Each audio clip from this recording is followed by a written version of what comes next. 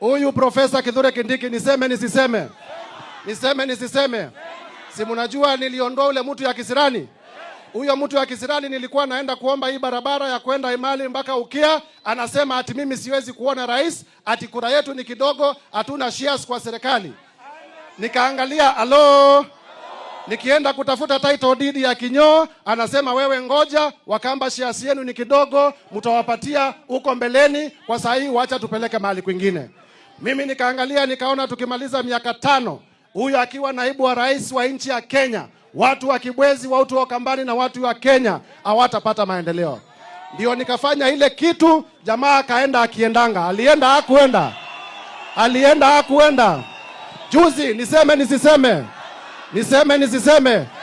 Juzi amekuja hapa, wakati alikuwa kwa serikali, alisema sisi kura yetu ni kidogo, hatuna shares, hatufai kupata maendeleo.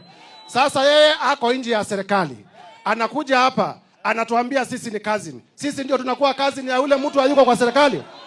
Nyinyi mnataka kuwa cousin ya mtu ambaye hataki kukusaidia? Ndio maana tuko na naibu wa rais anaitwa Profesa Kithure. Profesa Kithure